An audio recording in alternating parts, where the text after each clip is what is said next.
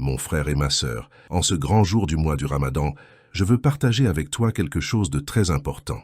J'espère que tu as déjà planifié ce que tu vas faire pendant ce Ramadan, qui est peut-être le dernier pour toi et pour moi. Toi et moi savons beaucoup de nos frères et sœurs qui étaient là au Ramadan de l'année passée, mais qui aujourd'hui ne sont plus avec nous. Mais nous, on est encore là, pas parce que nous sommes les meilleurs, mais parce qu'Allah nous a accordé une autre opportunité pour que nous puissions améliorer notre relation avec lui. Ainsi, il y a plusieurs choses que nous pouvons faire pour rendre ce Ramadan le meilleur de notre vie en ayant l'idée que c'est peut-être le dernier. Il y a par exemple la lecture du Coran, qui est l'un des actes les plus aimés par Allah pendant le mois du Ramadan.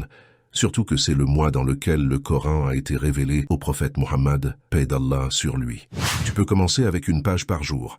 Une page par jour va construire ton habitude. Et après, essaie de faire une page et demie par jour, 2 pages par jour, 3 pages, ainsi de suite. Si tu respectes ce rythme, un jour tu vas arriver à la moitié du juz par jour, ce qui équivaut à 5 pages du Coran. Si tu le peux, reste accroché à ça, et tu verras que chaque 2 jours, tu auras fait un juz, et à la fin du mois du Ramadan, tu auras lu la moitié du Coran. Si tu peux lire la moitié du Coran pendant ce Ramadan, tu auras développé l'habitude de reciter le Coran de façon quotidienne. Et après le Ramadan, si tu continues la lecture, tu verras qu'au Ramadan de l'année prochaine, si Dieu te permet d'y arriver, tu pourras facilement lire un juz chaque jour, ce qui équivaut au Coran tout entier dans 30 jours. Et si tu ne sais pas comment lire le Coran, c'est le moment.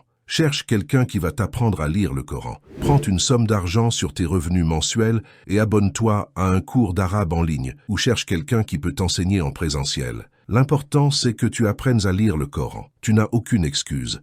En tant que musulmans, le Coran est notre guide et nous devons l'apprendre pour le connaître.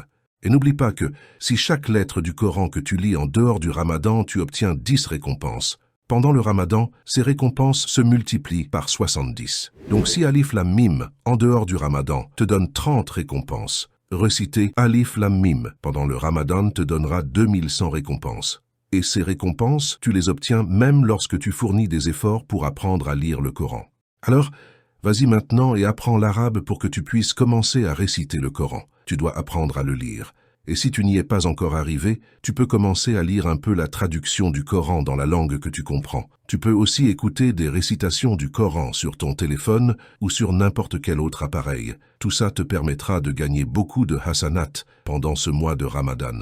Et la dernière chose que je vais te dire, mon frère, ma sœur, l'une des meilleures choses que tu puisses faire pour toi-même pendant ce Ramadan, c'est de commencer à contrôler ta langue et tes yeux.